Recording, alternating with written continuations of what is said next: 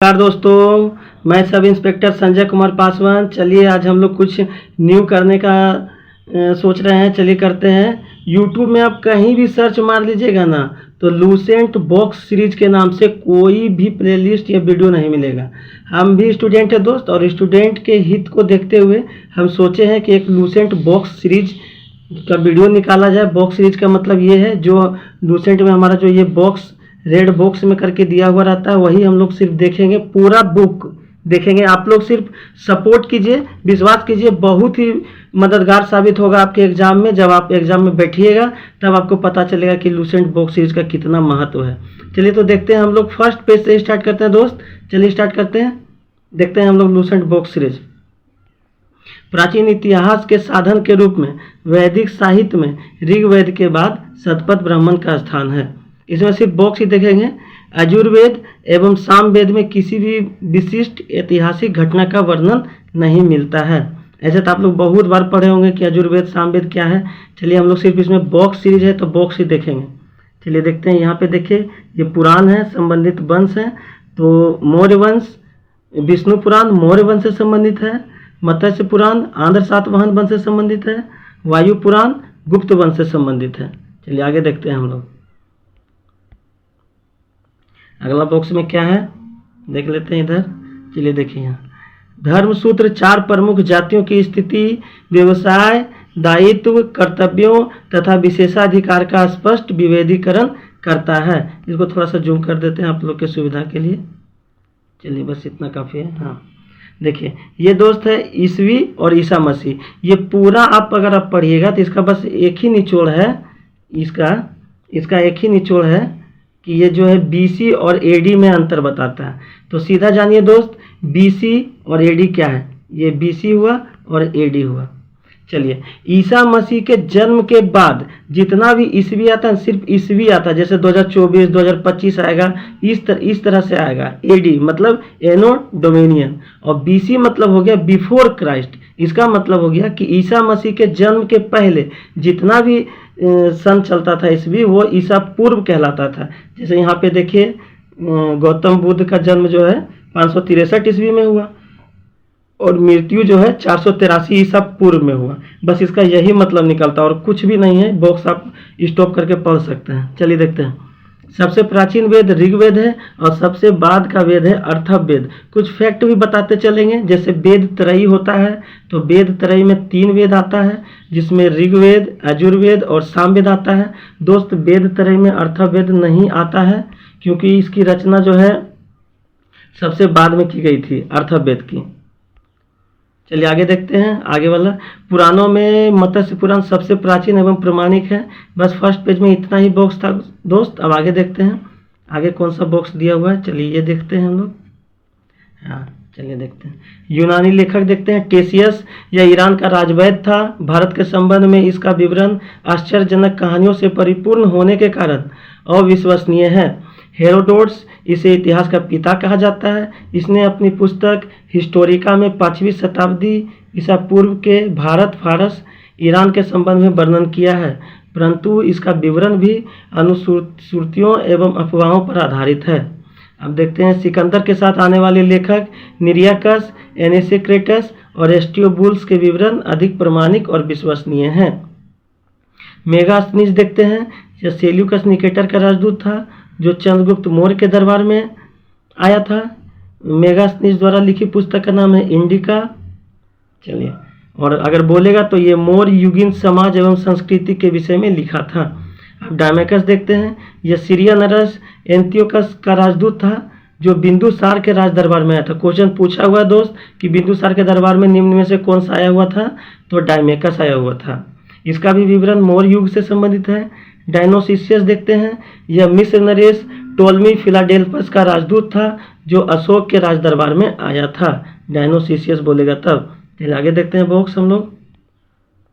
अब देखते हैं टोलमी, यह 2री शताब्दी में भारत का भूगोल नामक पुस्तक लिखी। अब देखते हैं प्लिनी, इसने प्रथम शताब्दी में नेचुरल हिस्ट्री नामक पुस्तक लिखा था। प्लिनी, इसमें भारतीय पशु, पेड़ पौधे, खनिज पदार्थ का विवरण मिलता है। नेचुरल हिस्ट्री में क्या, नेचुरल हिस्ट्री के लेखक कौन है, तो प्लिनी है। जो सिर्फ ये बॉक्स सीरीज है दोस्त, बॉक्स ही देखेंगे और कुछ नहीं देखेंगे इसमें।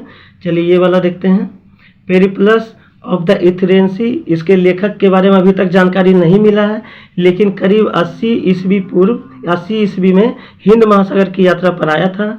उस समय भारत के बंदरगाहों तथा व्यापारियों की वस्तुओं के बारे में जानकारी दी थी। अब चीनी लेखक देखते हैं हम लोग दोस्त। देखिए बहुत ही बढ़िया इसका चीनी लेखक का ट्रिक है, आप लोग याद कर लीजिएगा, लिख लीजिए कॉपी में। चीनी लेखक बोलेगा तो लिखिएगा फांसी हुई, तब फो से फाहियान या चीनी यात्री गुप्त नरेश चंद्रगुप्त द्वितीय के दरबार में आया था। देखिए जो इम्पोर्टेंट है उसको वही पढ़ते हैं। ये मध्य प्रदेश के समाज एवं संस्कृति के बारे में वर्णन किया। मध्य प्रदेश की जनता को सुखी एवं समृद्ध बताया। पूछेगा फाहियान कितने वर्ष तक भारत में रहा, तो 14 वर्ष तक। अब संयोगन को देखते हैं। संयोगन 518 ईस्वी में भारत आया था। इसने अपने 3 वर्ष की यात्रा में बौद्ध धर्म की प्रतियों को एकत्रित की थी। चलिए ह्वेनसोंग देखते हैं। ह्वेनसोंग हर्षवर्धन के शासनकाल में भारत आया।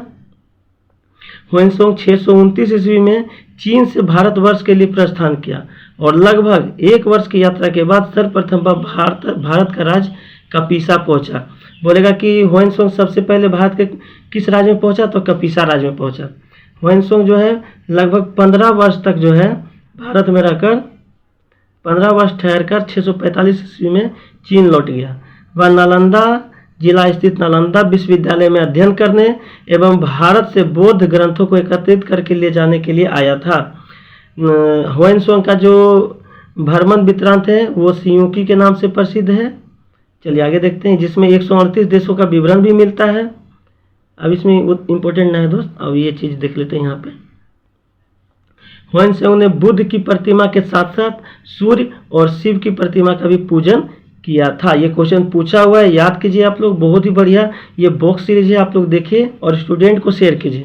ह्वेनसोंग के अध्ययन के समय नालंदा विश्वविद्यालय के कुलपति आचार्य शीलभद्र थे। वह विश्वविद्यालय बौद्ध दर्शन के लिए प्रसिद्ध था। चलिए यहाँ देखते हैं, इतिसंग यह 7वीं शताब्दी के अंत में भारत आया था। इसने अपने विवरण में नालंदा विश्वविद्यालय एवं विक्रमशिला विश्वविद्यालय तथा अपने समय में भारत का वर्णन किया था। नालंदा विश्वविद्यालय के बारे में तो जानते होंगे, कुमारगुप्त ने बनवाया था और विक्रमशिला विश्वविद्यालय को धर्मपाल ने बनवाया था। चलिए नेक्स्ट बॉक्स देखते हैं दोस्त हम लोग। नेक्स्ट बॉक्स में यहाँ पे है, चीनी लेखक हम लोग देख लिए, अब अरबी लेखक देखते हैं। अल-बरूनी यह मोहम्मद गजनी के साथ भारत आया था। अरबी लेखक था मोहम्मद अल-बरूनी का जो है किताब का नाम है किताबुल हिंद या तहकीक हिंद भी इसे बोला जाता है, जिसे भारत की खोज भी कहा जाता है। इतिहासकारों के लिए यह महत्वपूर्ण स्रोत है। यह एक विस्तृत ग्रंथ है जो धर्म, दर्शन, त्यौहार, विज्ञान आदि के विषयों की जानकारी देता है। इसमें राजपूतकालीन समाज, धर्म, रीति रिवाज, राजनीति आदि पर सुंदर प्रकाश डाला गया है। अब इब्न बतूता देखते हैं दोस्त। ये अरबी भाषा में लिखा गया उसका यात्रा वृत्तांत है। ये इब्न बतूता ने रहला नामक पुस्तक लिखी थी। चलिए यहाँ से अब देखते हैं दोस्त। 1333 में दिल्ली पहुंचने पर इसकी विद्वानता से प्रभावित होकर MBT जिसे बोलते हैं मोहम्मद बिन तुगलक ने इसे दिल्ली का काजी या न्यायाधीश नियुक्त किया था। चलिए अब देखते हैं और लेखक भी है इसमें। अन्य लेखक देख लेते हैं, बढ़िया क्वेश्चन है, इसको याद कीजिए। तारानाथ है, ये तिब्बती लेखक थे। इसने कयुंगर एवं तयुंग्र नामक ग्रंथ की रचना की। इसने भारतीय इतिहास के बारे में जानकारी मिलती है। मार्को पोलो यह 13वीं शताब्दी के अंत में पांड्य देश की यात्रा पर आया था। इसका विवरण पांड्य इतिहास के अध्ययन के लिए उपयोगी माना जाता है। ये बॉक्स सीरीज है दोस्त, इसमें सिर्फ बॉक्स ही देखेंगे। चलिए आगे देखते हैं हम लोग कौन सा बॉक्स है। ये देखिए कितना सुंदर बॉक्स है, बताइए। ये सब क्वेश्चन आप बॉक्स से कम 20 से 25 क्वेश्चन एग्जाम में रहता है मेरे दोस्त। चलिए इसको देखिए और समझिए। अभिलेख देखेंगे और शासक देखेंगे। चलिए यहाँ से पहले देख लेते हैं। सबसे पहले भारत के संबंध में बर्मा जो स्वर्ण भूमि वर्तमान में म्यांमार है, मलाया स्वर्ण द्वीप, कंबोडिया, कंबोज और जावा यव द्वीप से स्थापित हुए हैं। चलिए अभिलेख देखते हैं और शासक देखते हैं। हाथी गुफा अभिलेख कलिंग राजा खारवेल से संबंधित है। जूनागढ़ रुद्रदामन से। नासिक अभिलेख गौतम बल्लभ श्री से। प्रयाग स्तंभ लेख समुद्रगुप्त। एहोल अभिलेख पुलकेशिन द्वितीय। मंदसौर अभिलेख मालवा नरेश यशोवर्मन। ग्वालियर अभिलेख नरेश भोज है, प्रतिहार नरेश भोज। भीतरी एवं जूनागढ़ अभिलेख तस्कंद गुप्त है। देवपाड़ा अभिलेख तो बंगाल के शासक थे यहाँ पे देख लीजिए आप लोग, बंगाल के शासक थे विजयसेन। चलिए यहाँ देखिए, अभिलेखों के अध्ययन को एपिग्राफी बोलते हैं। अब आगे नेक्स्ट बॉक्स देखते हैं हम लोग इसी पेज में, फिर उधर हम लोग देखेंगे। चलिए देखते हैं प्रागैतिहासिक काल का जो है संस्कृति और बर्तन, कौन सा बर्तन उपयोग किया जाता था। तो मालवा में काला और लाल रंग का बर्तन प्रयोग किया जाता था। बुर्जहोम से घूसर बर्तन उपयोग किया जाता था। जोखे से होता था लाल बर्तन उपयोग, और दक्षिण नवपाषाण बोलेगा तो चमकीला घूसर, पूर्वी नवपाषाण से बोलेगा तो भूरा लाल। अब देखते हैं इधर कौन सा बॉक्स है। आप विश्वास कीजिए दोस्त, हम भी स्टूडेंट हैं और आपके हित के लिए बहुत ही बढ़िया सीरीज है, आप देखिए और स्टूडेंट को शेयर कीजिए। चलिए देखते हैं हम लोग बॉक्स। भारतीय नागरिक सेवा के अधिकारी रिजले प्रथम व्यक्ति थे जिन्होंने प्रथम बार वैज्ञानिक आधार पर भारत की जनसंख्या का प्रजातीय विभेदीकरण किया था। चलिए हम लोग नेक्स्ट बॉक्स देखते हैं। अब इस पेज में बॉक्स नहीं है, अब ये बॉक्स देख लेते हैं। सिंधु काल में विदेशी व्यापार देख लेते हैं, आयात कहाँ कहाँ से होता था और किस प्रदेश से होता था। तो देखते हैं हम लोग, तांबा जो है खेतड़ी बलूचिस्तान और ओमान से मंगाया जाता था। चांदी जो है अफगानिस्तान और ईरान से। सोना जो है कर्नाटक, अफगानिस्तान और ईरान से मंगाया जाता था। टीन जो है अफगानिस्तान और ईरान से मंगाया जाता था। गोमद जो है सौराष्ट्र से मंगाया जाता था। लाजवर्त मेसोपोटामिया से मंगाया जाता था। सीसा ईरान से मंगाया जाता था। चलिए आगे देखते हैं बॉक्स। अच्छा, इसको इधर पहले देख लेते हैं, फिर वो वाला देखेंगे, बहुत ही VVI है। चलिए देखिए कितना सुंदर बॉक्स बना के दिया हुआ है दोस्त, कि आप लोग देखिएगा ना, बहुत काम आएगा आपका। चलिए देखिए, सिंधु सभ्यता के प्रमुख स्थल, नदी, उत्खननकर्ता एवं वर्तमान स्थिति कहाँ पे है वो देखते हैं दोस्त। इसमें डेट इम्पोर्टेंट नहीं है, फिर भी कुछ कुछ का डेट आप लोग याद रखिएगा। जैसे हड़प्पा रावी नदी के किनारे स्थित है। दयाराम साहनी इसके उत्खनन करता है। माधव स्वरूप बस्त, और देखिए 1921 में इनका खोज हुआ है, ये याद रखिएगा। और पाकिस्तान के मोंटगोमरी जिला में स्थित है। अभी मोहनजोदड़ो सिंधु नदी के किनारे राखालदास बनर्जी ने उत्खनन किया था 1922 में, और पाकिस्तान में है अभी वर्तमान में। चंदुड़ो सिंधु नदी के किनारे स्थित है। गोपाल मजूमदार इसके उत्खनन करता है। 1931 में खोजा गया था इसको, और सिंध प्रांत में है। कालीबंगा घग्गर नदी के किनारे बीबी लाल BK थापर ने इनके खोज करता है, और राजस्थान में है। कहेगा कालीबंगा कहाँ है, तो राजस्थान में। कोट दीजी सिंधु नदी के किनारे अवस्थित है। फजल अहमद इसके खोज करता है, उत्खनन करता, और सिंध प्रांत में है। रंगपुर कहाँ है, तो मादर नदी, और रंगनाथ राव इसके उत्खनन करता है। तो रंगपुर कहाँ है, गुजरात में। देखिए रंगनाथ राव यहाँ भी है और रंगनाथ राव यहाँ भी है, इसको कोरिलेट करके पढ़िए। रंगनाथ राव देखिए, रोपर सतलज नदी किनारे है। जगदत्त शर्मा इसके उत्खनन करता है। जो रोपर कहाँ है भाई, तो पंजाब में।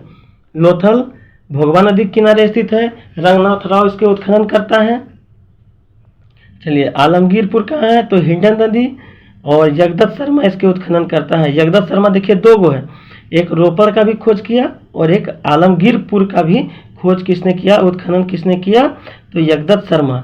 अब बोलेगा रंगपुर और लोथल को किसने उत्खनन किया था, तो रंगनाथ राव ने किया था। आलमगीरपुर कहाँ है, तो उत्तर प्रदेश में है। चलिए सूतकांगे डोर कहाँ है, तो दशक नदी के किनारे।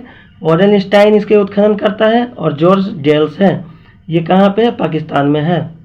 बनमाली कहाँ है, तो रंगोई नदी के किनारे इसके उत्खनन करता रविंद्र सिंह वशिष्ठ हैं, जो बनमाली कहाँ है, तो हरियाणा में है। धोलावीरा कहाँ है, धोलावीरा जो है रविंद्र सिंह वशिष्ठ इसके उत्खनन करता है, और धोलावीरा गुजरात में है। चलिए दोस्त देखिए, बहुत ही कम समय में आप लोगों के लिए बॉक्स सीरीज निकाले हैं हम। आप विश्वास कीजिए इतना सुपर है आप लोगों के लिए कि जब आप लोग एग्जाम हॉल में बैठिएगा फिर आपको पता चलेगा। पेज बाय पेज दोस्त पूरा लूसेंट खत्म कर देंगे। आप लोग बस सहयोग कीजिए, सपोर्ट कीजिए, चैनल को सब्सक्राइब और लाइक कीजिए। जय हिंद, थैंक यू, नमस्कार।